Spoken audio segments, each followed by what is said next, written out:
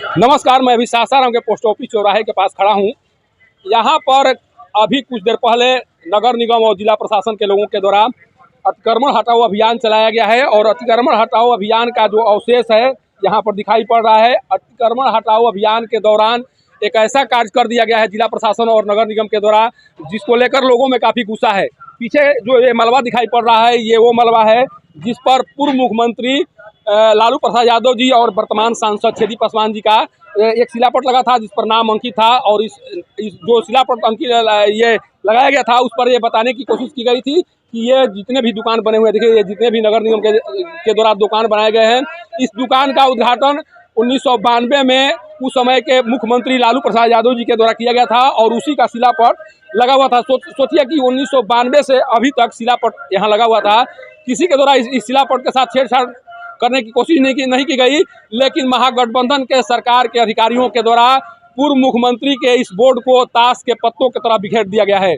सोचिए कि उन्हें इस अतिक्रमण हटाओ अभियान के दौरान इतना भी पता नहीं चला कि पूर्व मुख्यमंत्री का जो बोर्ड 1992 से यहाँ लगा हुआ है, उसे किस आधार पर और उससे क्या क्षति हो रही थी, क्यों ताश के पत्तों की तरह बिखेर दिया गया है। देखिए यही वो शिलापट है, ये दिखाने की कोशिश कर। देखिए यही वो शिलापट है जो 1992 में देखिए ये लगाया गया था शिलापट। और इस शिलापट में बाकायदा उनकी जो भी उस समय उपस्थित थे, उनकी गर्मियामयी उपस्थिति को बताया गया था, किनके द्वारा उद्घाटन किया गया ये बताया गया था, किस तिथि को उद्घाटन किया गया था ये बताया गया था।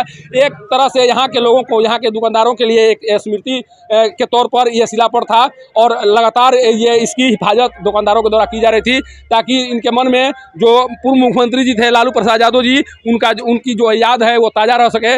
लेकिन उनकी यादों को यहाँ ताज़ा रखने नहीं दिया गया और जिला प्रशासन के द्वारा जो कार्रवाई की गई है, नगर निगम के द्वारा जो कार्रवाई की गई है, उसके बाद से लोगों में काफ़ी गुस्सा है। देखिए यहाँ पर एक स्थानीय दुकानदार हैं जो हाथ में देखिए पर्ची लिए हुए हैं। देखिए ये पर्ची दिखा रहे हैं। सबसे बड़ी बात यह है कि देखिए ये जो दुकान हटाया गया है, उस दुकान का ये पर्ची है जिस पर लिखा हुआ है 10 रुपया शुल्क लिया गया है। सोचिए कि आखिर जब ये दुकान दुकान के द्वारा अतिक्रमण किया गया था, तो अतिक्रमणकारियों से ये शुल्क लेने की जरूरत क्या थी।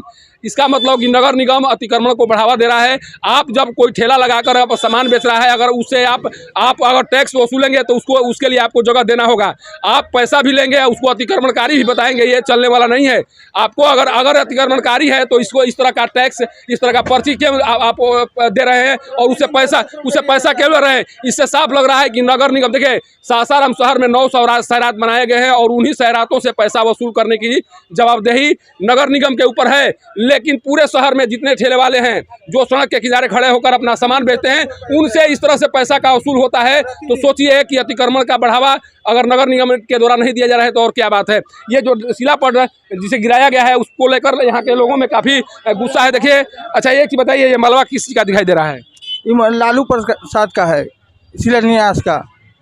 ये उद्घाटन किया गया था लालू प्रसाद जी 1992 में, उसी का शिलापट है। हाँ जी सर। तो 1992 से अभी तक यहाँ खड़ा था, आज क्यों गिरा दिया गया? आज अतिक्रमण के वजह से गिराया गया है। पहली बार अतिक्रमण चला है? हर साल 2 बार 3 बार आता है, हर साल आता है। यहाँ प्रशासन गिरवाया है, नगर पालिका के थ्रू गिरा है। तो आखिर इसे क्या क्षति हो रही थी? क्या क्षति हो रही थी? कुछ नहीं हो रही थी सर। आप प्रतिदिन अगल बगल वाले दुकान वाले ये टैक्स भी देते हैं। प्रतिदिन 10-10 रुपया हम लोग टैक्स देते हैं दुकान के लिए, और नहीं देने पे वो ठेला उला हटाते हैं। फ्री में सब्जी सब ले जाते हैं। फ्री में सब्जी भी ले जाते हैं? हाँ ले जाते हैं सर, नगर पालिका वाले। आप लोगों को निश्चित जगह कहीं नहीं दे रहा है लोग? नहीं, कभी इधर कभी उधर आते हैं, पैसा लेके अपना काम करके चले जाते हैं। देखिए कितना बड़ा आरोप इन लोगों के द्वारा लगाया जा रहा है।